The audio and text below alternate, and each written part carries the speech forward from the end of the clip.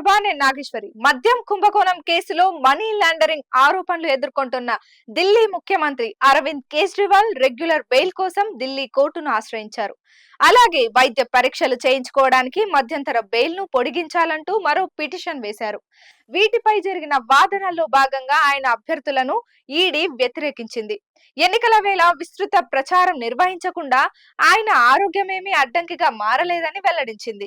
ఇదిలా ఉంటే money laundering కేసులో మార్చి 21న కేజ్రీవాల్ అరెస్ట్ అయిన సంగతి తెలిసిందే. తన అరెస్టును సవాల్ చేస్తూ కేజ్రీవాల్ సుప్రీంకోర్టును ఆశ్రయించారు.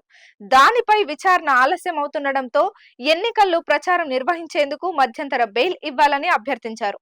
దీంతో సర్వోన్నత న్యాయస్థానం షరతులతో కూడిన మధ్యంతర బెయిల్ మంజూరు చేసింది. జూన్ 2న తిరిగి జైలుకు వెళ్లాలని ఆదేశించింది. బరువు తగ్గడం, కిడ్నీ సమస్యలకు సంబంధించి వైద్య పరీక్షలు చేయించుకోవడానికి మధ్యంతర బెయిల్ ను మరో 7 రోజుల పాటు పొడిగించాలని కేజ్రీవాల్ ఇటీవల సుప్రీంను ఆశ్రయించారు.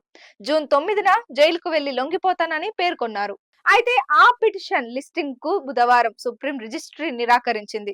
రెగ్యులర్ బెయిల్ కోసం ట్రయల్ కోర్టుకు వెళ్లేందుకు ఆయనకు స్వేచ్ఛ ఉందని, అయితే ఆ పిటిషన్ లిస్టింగ్ కు బుధవారం సుప్రీం రిజిస్ట్రీ నిరాకరించింది.